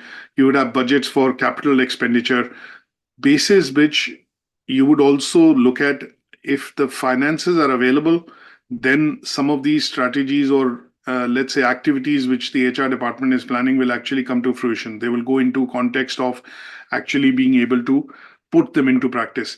Now, sometimes you would see practically, if I look at within organizations, what we generally see is that sometimes availability of resources becomes a constraint. So when I do talk about availability of resources, if the organization's plan this year is to increase turnover, say from hypothetically 1 million to 2 million, then it won't happen just because somebody is in the management decided that I'm going to increase the turnover from 1 million to 2 million, or say 10 million to 100 million. There are going to be finer details which will need to be worked out. Things like, where is this expansion going to happen? So we'll probably look at markets. So there will be some part of some departments within marketing and sales, they will get together and look at, okay, which market do we need to address? How do we enter a new market to get more business?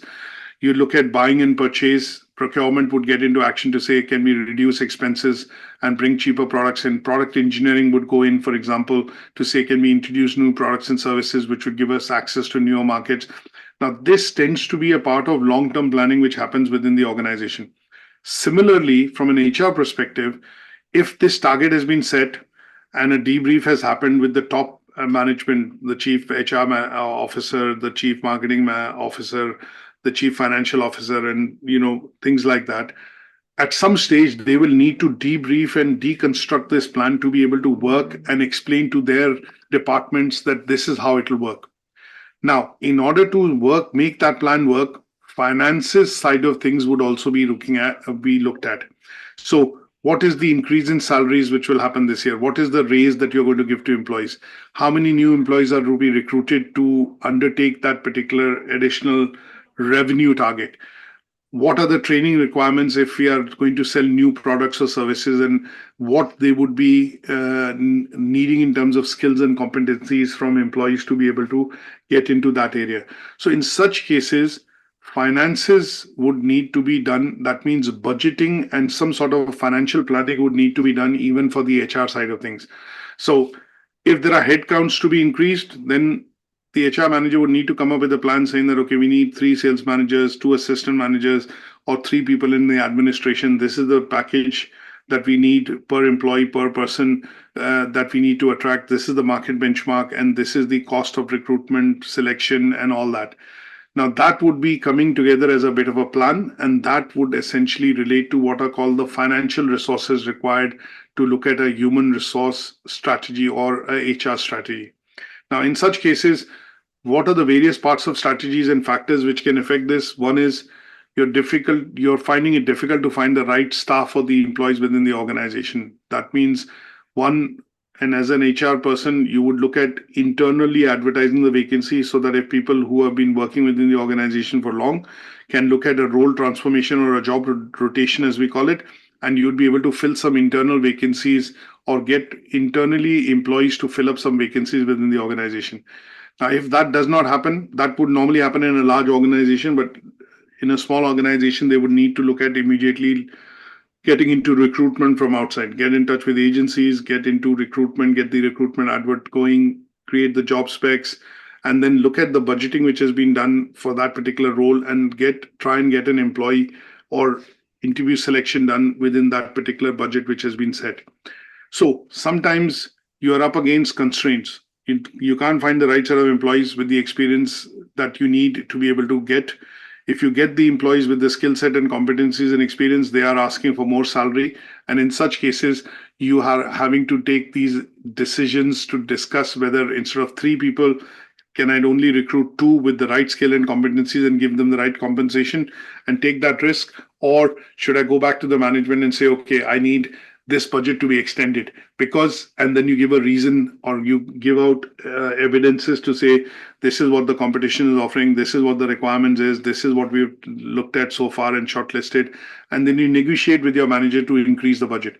So sometimes when you're looking at these kind of things to happen from an HR function, we are also in a sales kind of a situation wherein you are discussing, negotiating, and also engaging with your manager to get these things in place. And that could be because of the type of resources that you want to get from the market.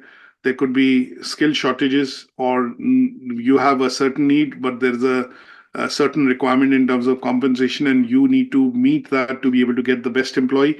And in some cases, markets could force you to look at from legal and regulatory aspect that this is what is a minimum wage that you need to pay, or this is the minimum that you need to look at. And that would put some constraints on how you recruit and resource people in the organization. Now, one of the things that you look at in some countries, as an example, when we look at cost of labor and availability of labor and skill versus shortages, is that in some countries, governments do not allow, organizations from different countries to have majority stake. So they would need to employ or have a tie-up or a setup with a local organization which will have the majority stake. So when you look at Middle Eastern countries, you look at Indian subcontinent, the government regulations are such that if Tesco goes into a country like India, for example, they will not be able to have 51% stake or holding in that country. 51% stake or holding in that country will be with a local partner, and that would mean they would need to do local tie-ups. And in such cases, the company would not be able to repatriate all the profits that it generates from that geography back to the head office or say UK in this case. So in such cases, the HR has to grapple with looking at employing local labor force, meeting local and regulatory requirements within that country or that geography.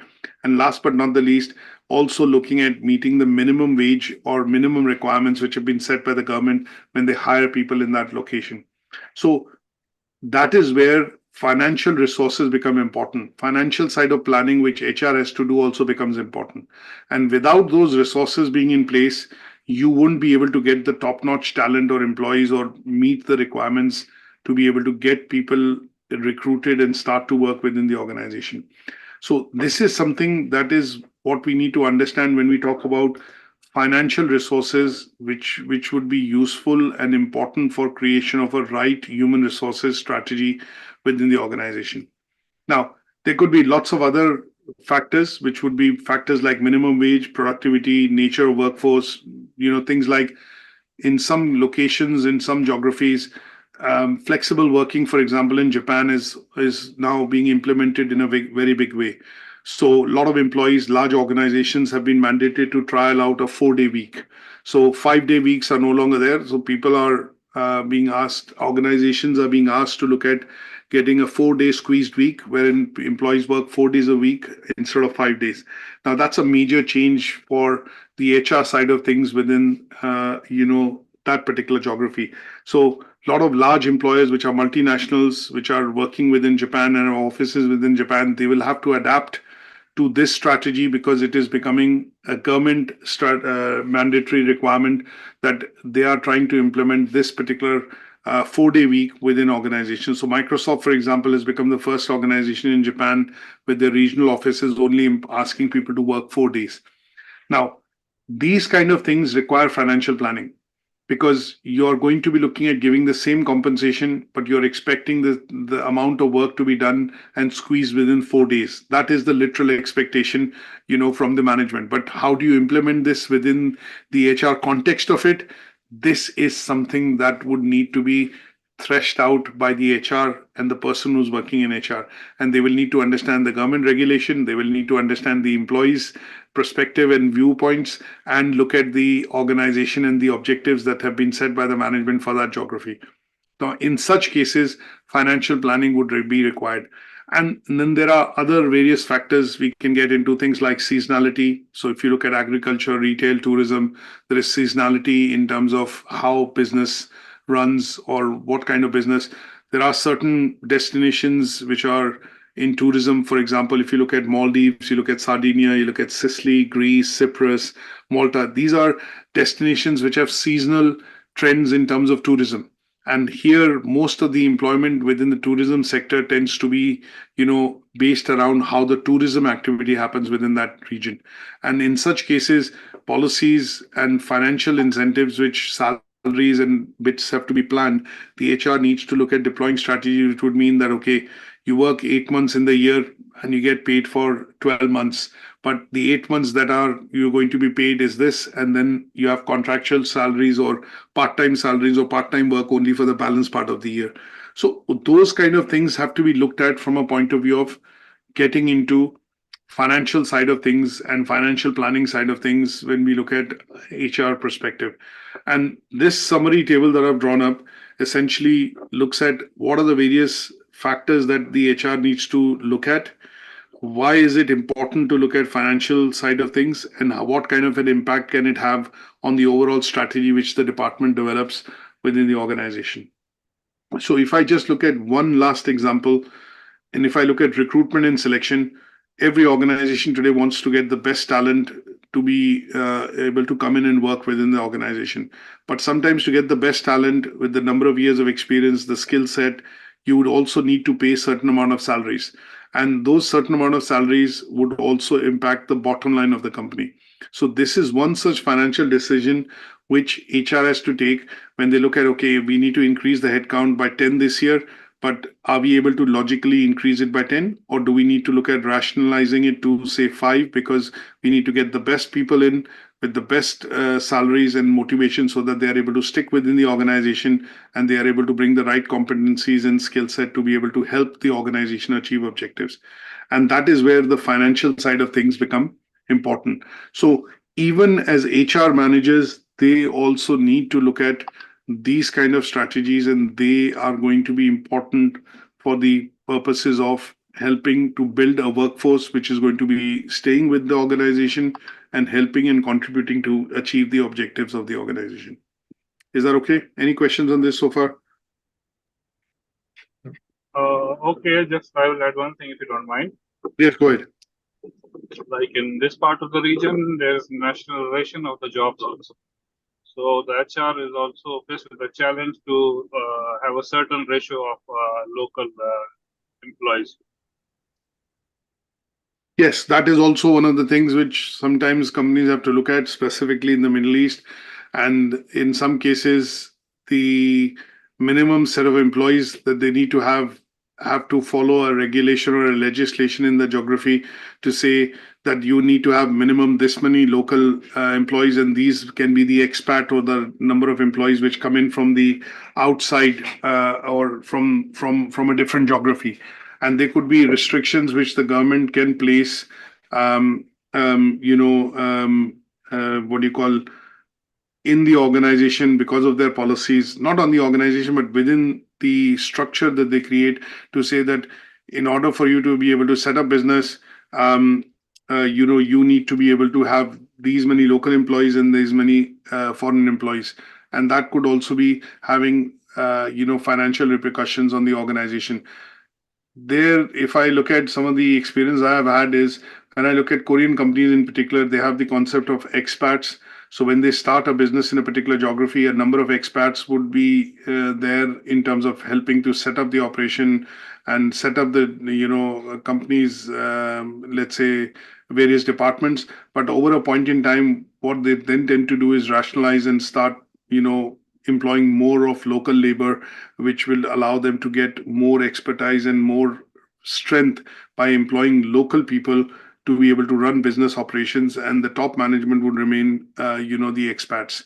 But in some cases, this could be dictated by government policy, because that would mean that the repatriation of profits cannot be done back to the head office or the main subsidiary.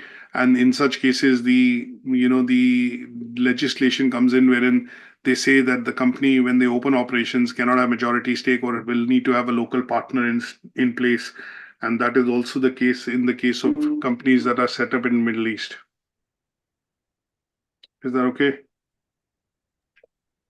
Yeah, we are learning a lot today.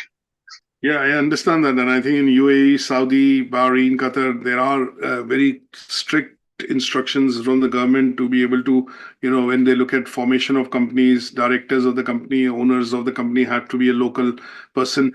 And then the majority stake sponsorships in terms of visas and other requirements are driven through that particular thing, which is looking at protectionism, because of the fact that these companies are looking at generating local employment and also local employment, for their employees and their population.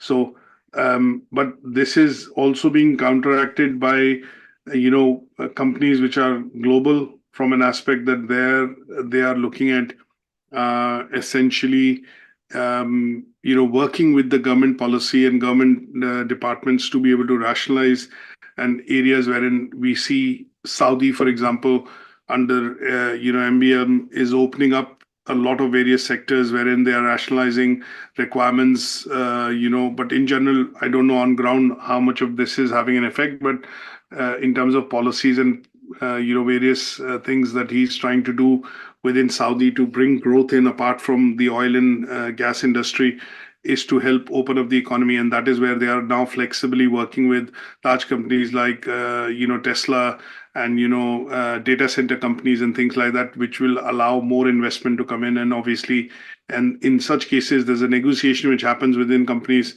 to say, okay, we need that, this rationalization to happen in the policy, or that rationalization to happen in the policy. And that is where, it is required.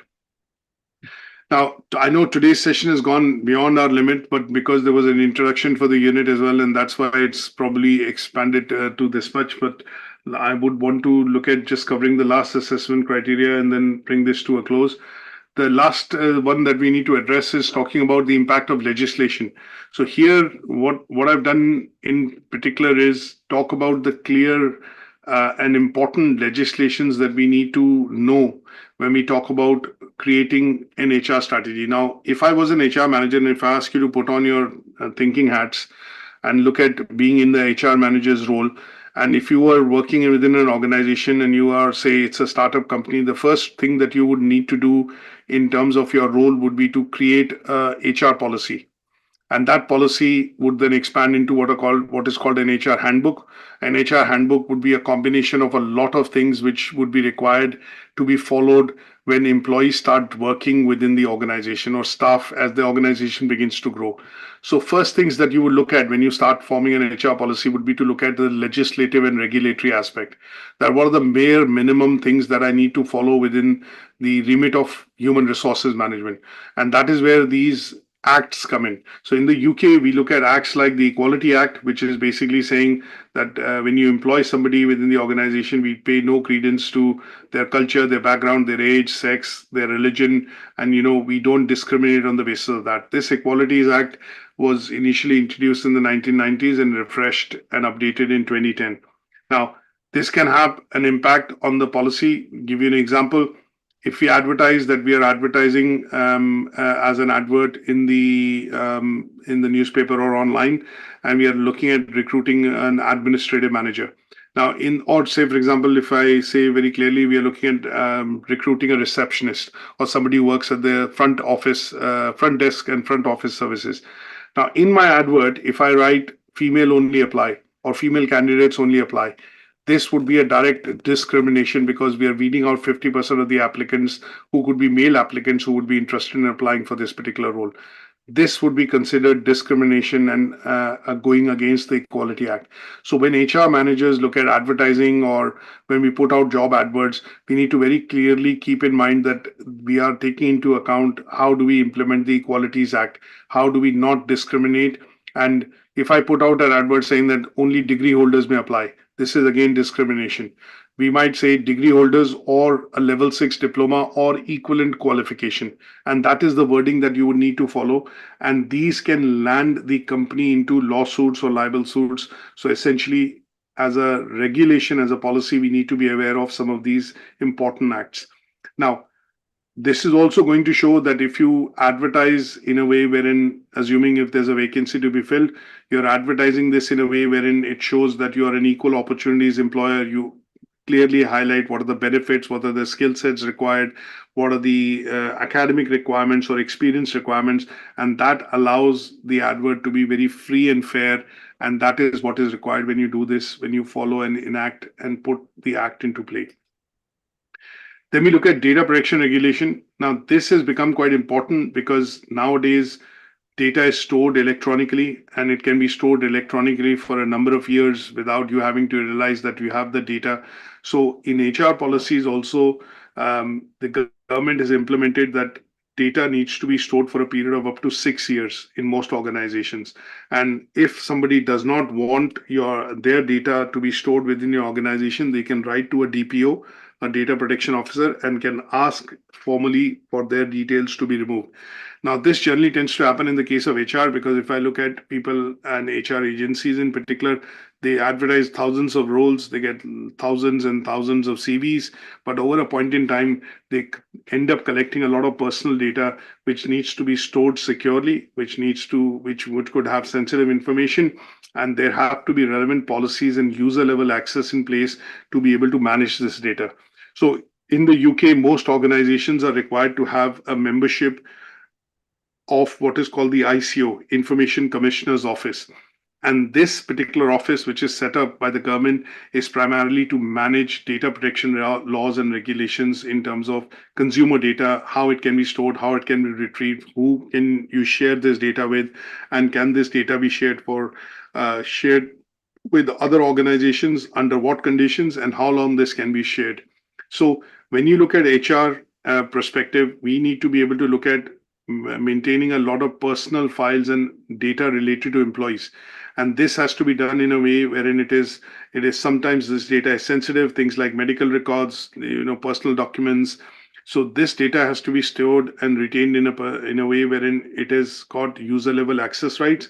And if it is stored electronically, then there are ways in which this data can only be retrieved by people who are authorized to retrieve it. Now, this would also have a bit of an impact because if there are data leaks which happen, or if this data gets into the hands of wrong person, it can be misutilized for identity proofs purposes. And in such cases, again, the organization can land into what is called lawsuits. So data protection is something that you would need to be aware of, and how do you implement and go by the regulation, what it prescribes, is something that you need to be aware of. Then we look at legislation related to health and safety laws, which is also called HASFA, Health and Safety Laws and or Work Act, which is basically HASFA, and this was initially introduced in the UK in '74 and then refreshed in 2016. Now, this Health and Safety Act, from an HR perspective, says that as employers, you are legally obliged to provide a safe working environment for your employees. They should feel safe. They should not feel intimidated.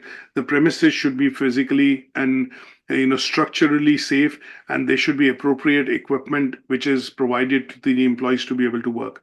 So, in certain cases, if you look at the Computer Misuse Act, and you look at certain places wherein there's a lot of requirement for employees to work on computer screens, you would also see that employers do provide what are called non-reflective glasses or screens to employees, so that they are, for example, being protected against, overusage, or in some cases harms, being harmed by the overusage of that particular device. When you look at industrial operations or factories or engineering facilities, obviously a lot of health and safety training is done on a weekly, monthly, quarterly basis, simply because injuries can happen, and these would pose serious risks to disruption of operation within the organization. And in such cases, it is the responsibility of the HR and health and safety department within those organizations to ensure that the working conditions are safe. And if there is a use of physical equipment required, then there is proper training and proper procedure followed by employees when they are operating that equipment. You look at example of stores like Tesco, Marks and Spencer, wherein there is a lot of shelving which happens, the use of forklifts and machinery. Pick anything that you have to pick up which is more than 20 kgs or kilograms in weight needs to be assisted using an equipment, and that is a law which basically is one of the other laws under, or one of the requirements under health and safety regulation, to ensure that companies in such places wherein this kind of work is involved have adequate procedures and policies in place to be able to work on that, and employees are trained on that particular procedure before they undertake that work. Then there are bits and pieces related to Contract of Employment Law Act, which is 1996. Here, employers are required to provide a written contract in terms of employment, whether it's probation, even if they are on probation or temporary, trial period, they're required to provide terms and conditions and the clear instructions in terms of how the employment actually works, what it entails, what is their job description, what are the pay, work hours, and details related to things like sickness leave, notice periods, if they are leaving, or in some cases, appraisals and performance related part of the job, wherein at the end of the year, they will undergo performance appraisal. So here again, you would look at HR strategies, because you would need to have a contract template in place, which is legally vetted. It clearly covers and defines all the policies and procedures, and to a certain extent meets the requirement, which is from a government and a legislation point of view. Employment legislation point of view. Then you have breaks and holiday entitlement, which is looking at the working time directive. Here, most employees in the UK are required to work 37.5 hours, which is considered full-time employment. Anything less than 25 hours is considered part-time employment. There are zero contract hours and, different kinds of contracts, which obviously look at different legislation from the government. But generally speaking, this particular working time directive basically says that employees are entitled to 20 plus 8 days of annual leave, 8 days being national holidays and 20 days being the earned leave, which the employees are expected to get if they are in full-time employment, and that needs to be followed. So when you employ part-time staff, full-time staff, contractual staff, or staff which is going to be working on a consultancy basis, you have to keep that in mind, that if it goes over 37 hours, 37.5 hours over a week, they would be required or entitled to get full-time employment. Then you have redundancy dismissal, act, which is basically how do you make an employee redundant? How do you terminate an employment? And what consists of a fair and consistent dismissal? And if the company goes into administration, what does the employee get if they've been working for a number of years? So all this is a part and parcel that you would need to include in your HR policy in order to ensure that you're meeting the legislation and regulatory requirements as far as employing staff in the UK is concerned, whether you employ part-time staff, full-time staff, contractual staff, staff on zero-hour contract, or staff which is going to be working as consultants and managing their tax on their own. Now, I've summarized this in a particular table, which basically covers all these acts in detail, and it gives you a snapshot of what is the HR requirement and why it is a legislation and what that legislation actually conforms to when it talks about the requirements to meeting the particular criteria, which is analyzing the impact of legislation on human resource strategies. And I've taken a real world example here of British Airways simply because when we look at British Airways, it's a very large organization, combination of obviously it is owned by a different company, is no longer owned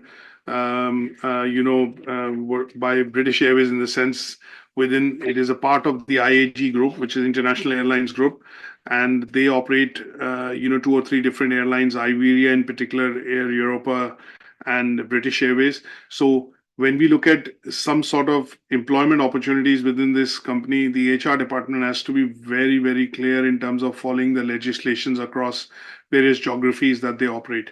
And we have seen time and again that there have been a lot of libel action, civil action, which has been brought forward by employees against this particular organization because the HR policies have not been followed in the right perspective, meeting the guidelines, in certain places.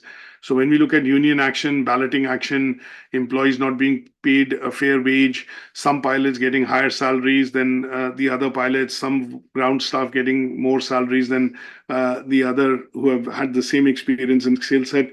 These were all such cases which have come across because of lapses in the HR policies or regulatory requirements which the HR departments have not been able to follow. And we see that very recently this has happened within the case of BBC as well, wherein the pay dispute package came across some of the female presenters which do the same role, have the same responsibility, are getting paid 30%, 40% lesser than their male counterparts. And that was because there was no agenda. This was something addressed as what is called the gender pay gap. And if I look at Carrie Greasy, she was the head chief correspondent for China. And if I look at somebody who was managing and looking after, chief correspondents of America, he was getting £90,000 more, than her when she was managing a larger geography and a similar geography. And she brought across a case against BBC pay gender gap, and then this came to the light.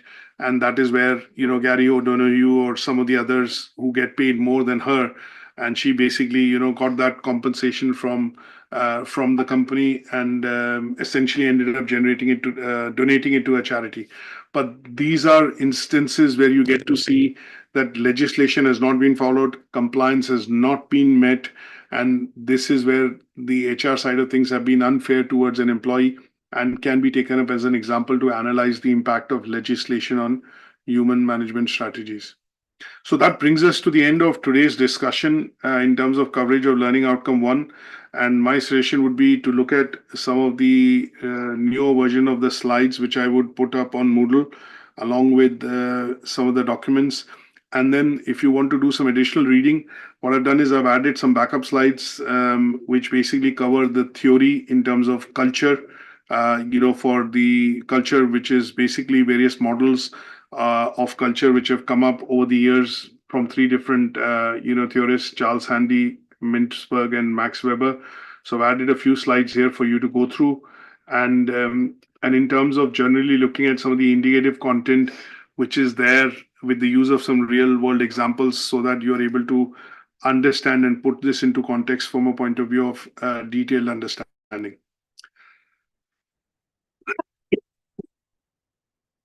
So I hope you found the discussion to be useful today, and then hopefully we'll catch up tomorrow for Learning Outcome 2. And in that, we'll progress our discussions to understanding the contribution the Human Resources Department makes to the achievement of strategic goals of the organization.